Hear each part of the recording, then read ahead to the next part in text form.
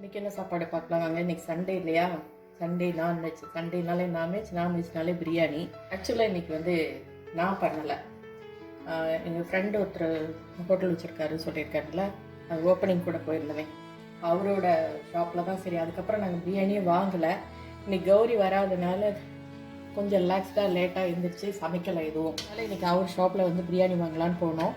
But கொஞ்சம் late தான். அதாவது 12 மணி 12:30 மணிக்கு எக்ஸ்பெக்ட் பண்ணிங்கன்னா உங்களுக்கு கிடைக்காது.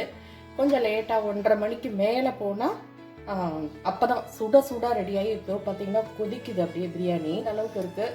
ரைஸ் வந்து பார்க்க நல்லாவே இருக்குது. இது பாஸ்மதி ரைஸ் தான். பீசஸும் பெரிய பெரிய பீஸ் இருக்குது.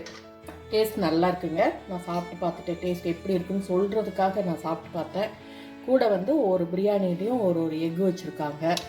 இது கூட ரைத்தா மட்டும்தான் கொடுக்குறாங்க, வேறு கத்திரிக்காய் இதெல்லாம் கிடையாது. ரைத்தா மட்டும்தான் கொடுக்குறாங்க. நாங்கள் தனியாக வந்து 65 ஒன்று வாங்கினோம். 65 வந்து சின்ன பீஸாக இல்லாமல் பஜ்ஜி மாதிரி இருக்குது. பட் டேஸ்ட் வைஸ் நல்லா தான் இருக்குது. இதுவும் நல்லாயிருக்கு. விலை வந்து ரொம்ப சீப்பு.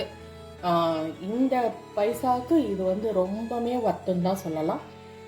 கண்டிப்பாக வந்து தேவைங்கும் போது நீங்கள் வாங்கலாம். பல்க் ஆர்டர் கொடுத்தாலும் அவங்க எடுத்துக்கிறாங்களாம்.